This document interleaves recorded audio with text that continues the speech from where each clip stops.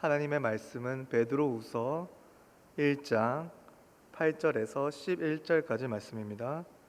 베드로후서 1장 8절에서 11절까지 말씀입니다. 제가 읽어드리겠습니다. 이런 것이 너희에게 있어 흡족한즉 너희로 우리 주 예수 그리스도를 알기에 게으르지 않고 열매 없는 자가 되지 않게 하려니와 이런 것이 없는 자는 맹인이라 멀리 보지 못하고 그의 옛 죄가 깨끗하게 된 것을 잊었느니라. 그러므로 형제들아 더욱 힘써 너희 부르심과 택하심을 굳게 하라. 너희가 이것을 행한즉 언제든지 실족하지 아니하리라. 이같이 하면 우리 주 곧 구주 예수 그리스도의 영원한 나라에 들어감을 넉넉히 너희에게 주시리라. 아멘. 베드로후서는 초기 교회가 거짓 교사들의 공격에 흔들릴 때 기록된 편지입니다. 특히 예수님의 재림을 부정하고 믿고 나면 마음대로 살아가면 된다는 식의 방종적인 가르침이 널리 퍼지고 있었습니다. 이 가운데 베드로는 참된 믿음은 반드시 삶의 열매로 나타난다라고 강조하고 있습니다. 지난 본문에서는 성도가 더해야 할 성화와 덕목들을 그 단계들을 살펴보았는데요.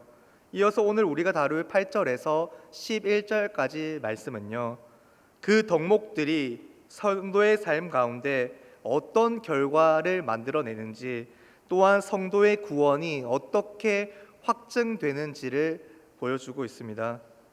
여러분, 구원은 전적으로 하나님의 은혜로 허락되지만 그 은혜는 반드시 열매를 생산하는 능력으로 나타납니다. 믿음의 행위는요, 하나님이 선택한 자에게 반드시 나타나는 외적인 표지이죠. 오늘 본문은 이와 같은 개념을 아주 구체적으로 보여주고 있는데요. 8절을 다시 보십시오. 함께 읽겠습니다. 이런 것이 너희에게 있어 흡족한즉 너희로 우리 주 예수 그리스도를 알기에 게으르지 않고 열매 없는 자가 되지 않게 하려니와. 이런 것이 무엇입니까? 앞에 다루었던 덕목들, 천국을 향한, 거룩을 향한 단계, 즉 믿음의 덕을, 덕의 지식을, 지식의 절제를, 절제의 인내를, 인내의 경건을, 경건의 형제 우애를, 형제 우애의 사랑을 더하라는 일이죠. 이런 것이 없으면요, 성도는 맹인이 됩니다.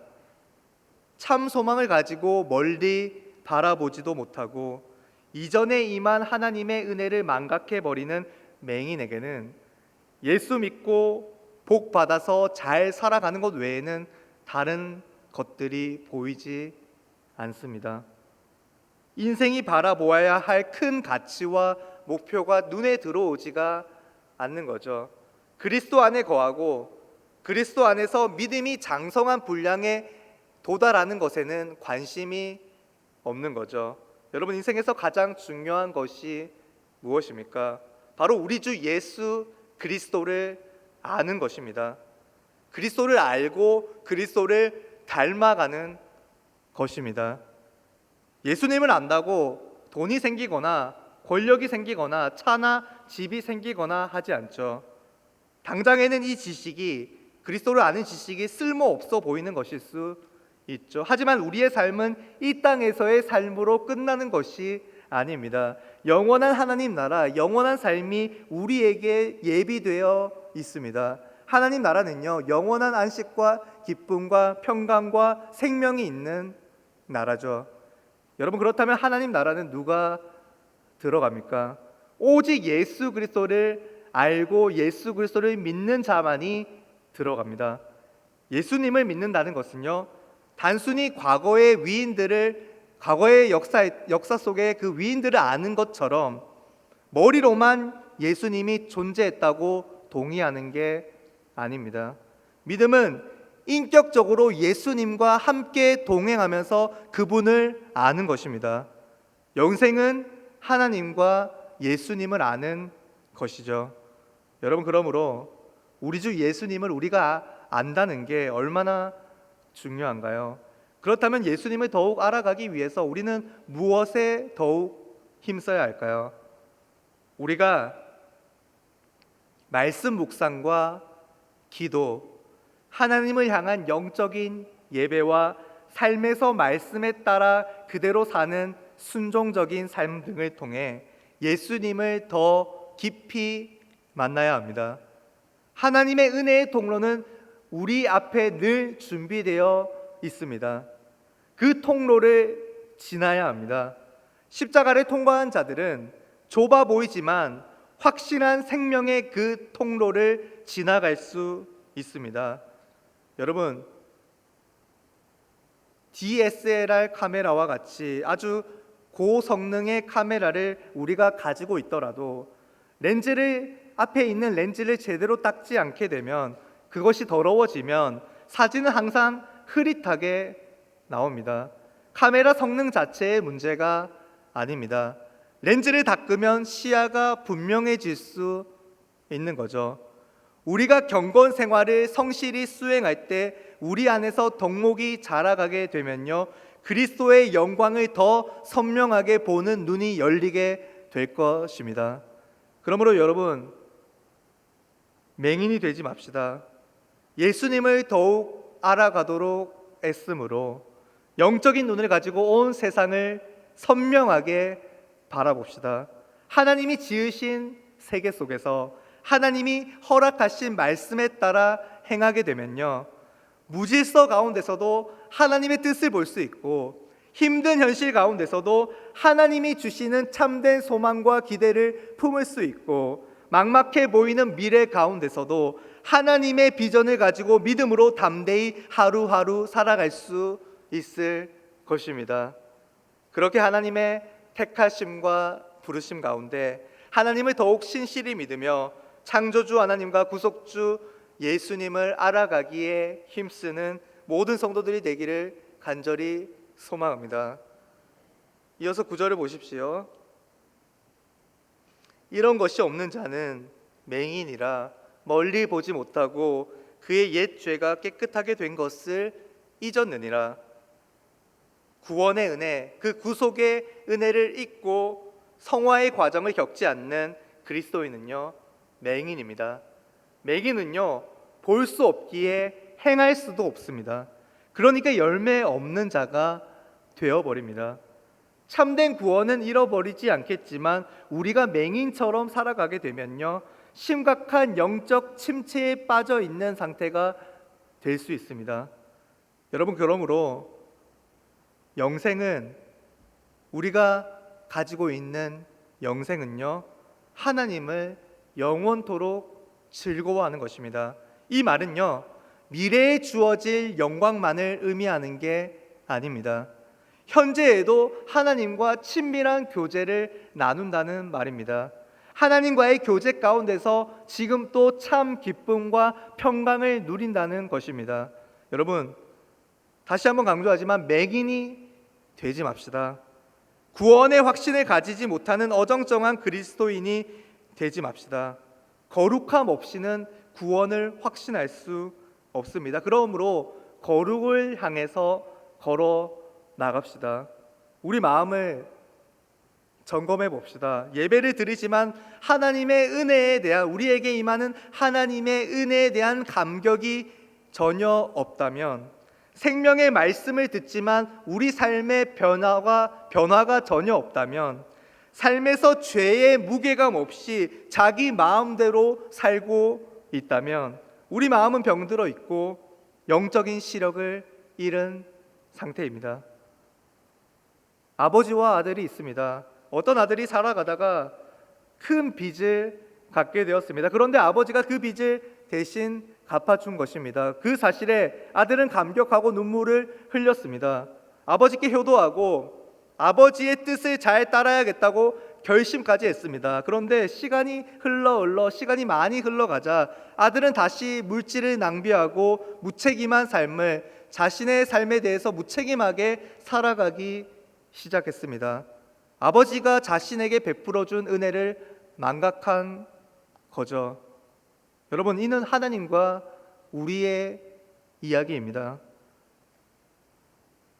날마다 하나님의 은혜가, 날마다 말씀과 기도 가운데 하나님의 은혜가 감동으로 다가오십니까? 십자가와 부활이 피부로 와 닿으십니까? 말씀을 사모하는 마음이 생겨나고 있습니까? 주님은 오늘 또 우리에게 직접적으로 개개인에게 물으십니다. 너는 내가 너를 깨끗이 씻겨준 은혜를 기억하고 살아가고 있느냐? 마음이 찔립니다. 너무도 부끄럽습니다. 어제 하나님 앞에 바로 서려고 했다고 하더라도 오늘 예수님을 전혀 생각하지 않고 오늘 전혀 말씀 없는 생활을 하고 있다면, 삶 가운데 이웃 사랑이 실천적으로 흘러가고 있지 않다면 우리는 다시 한번 우리 자신에게 선포해 보아야 합니다. 믿음의 덕의 지식을, 지식의 절제를, 절제의 인내를, 인내의 경건을, 경건의 형제 우애를, 형제 우애의 사랑을 더하자. 우리는 이런 것이 반드시 있어야 합니다.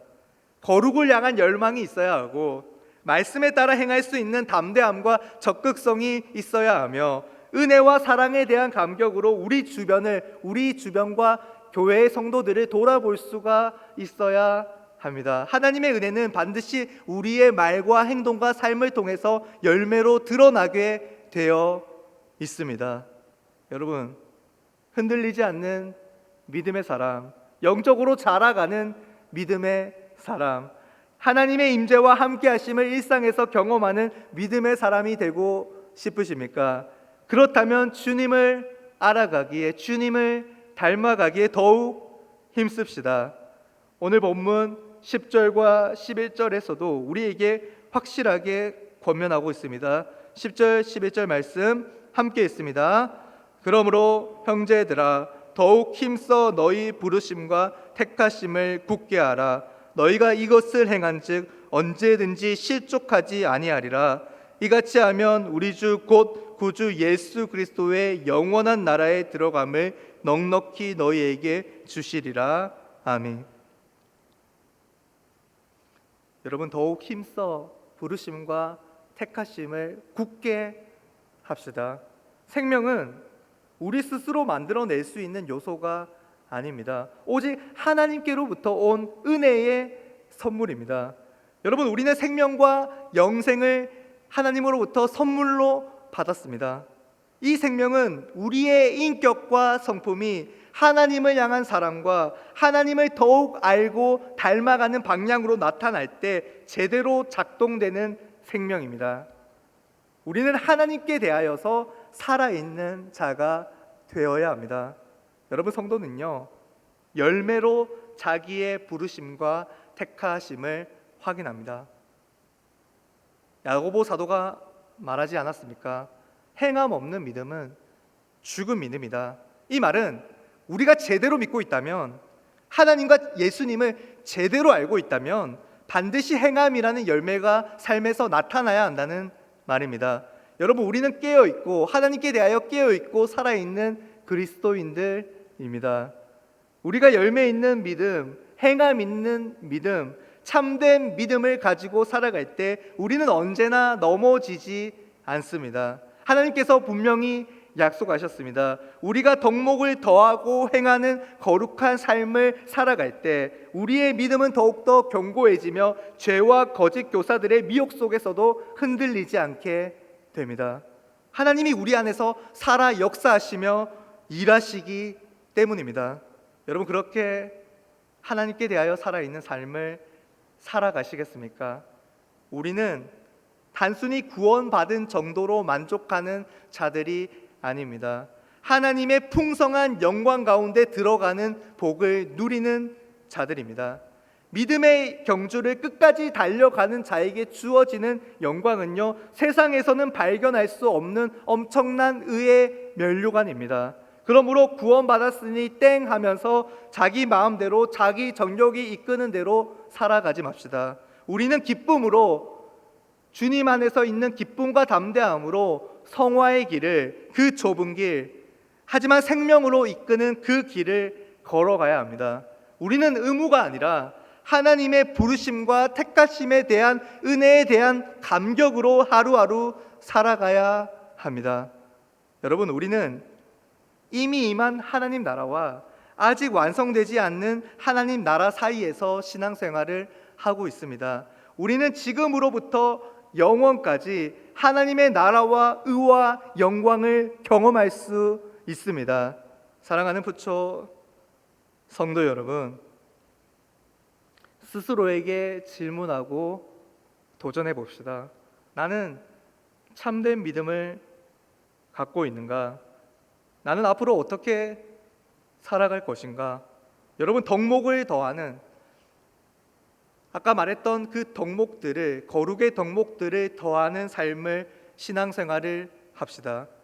은혜를 기억하며 믿음이 머리에만 머물지 않고 가슴으로 내려와 삶 가운데 열매로 역사하는 참 생명으로 자라날 수 있도록 하나님을 뜨겁게 사랑합시다. 오늘 이 시간 우리 안에 내주하시는 성령님께서 우리의 마음 가운데 새로운 열망을 불어 넣어 주실 줄 믿습니다. 날마다 이렇게 기도하며 나아갑시다. 하나님 아버지, 제 안에서 열매가 자라갈 수 있도록 주님을 아는 지식 안에서 합당하게 성장하게 하여 주옵소서. 겸손함으로 말씀에 따라 행하고 순종하게 하여 주옵소서. 우리 가운데 그렇게 하실, 그렇게 역사하실, 그렇게 임재하실 살아계신 하나님을 찬양합니다. 주님 홀로 영광 받아 주옵소서. 이 시간 함께 찬송하고 기도드리겠습니다.